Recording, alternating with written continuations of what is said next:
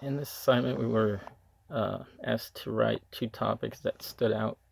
One that did stood out, and the other one that didn't. The one that kind of got me kind of in the middle was Be a Gamer and Save the World. It's on page 220 and 221. This topic describes who spends more time playing video games and how they can use their time more effectively. I play video games sometimes on my free time. I haven't lately. What I kind of reacted um, about this is, well, the title. It's Be a Gamer and Save the World. It doesn't really, explain much. I play shooter and war games, so I don't know how that would change the world or save the world.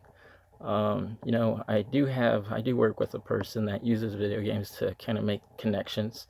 So I kind of have to agree with that.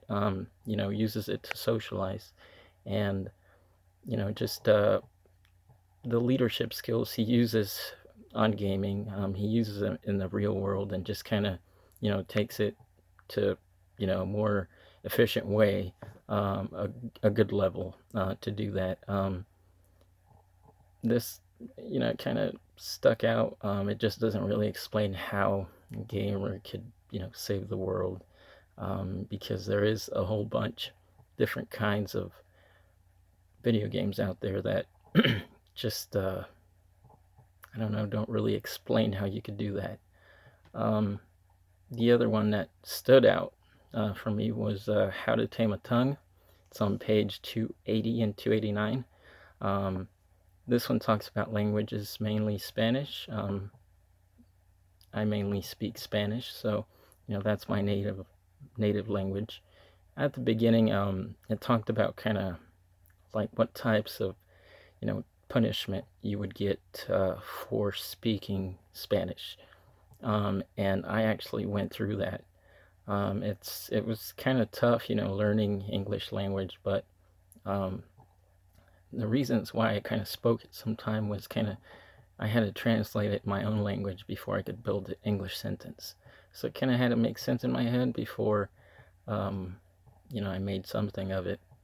It kind of talks about different sides of language and explains different scenarios, conflict, and cultures. My first question about the video game was, how will video games save the world? Title doesn't really, it says what it would do, but it doesn't really, mention how they can use video games effectively to do that. My second question was, why still in some areas is a problem to speak your native language? It's just kind of a question that probably doesn't even have an answer. So, just let me know what you think. All right. Thank you.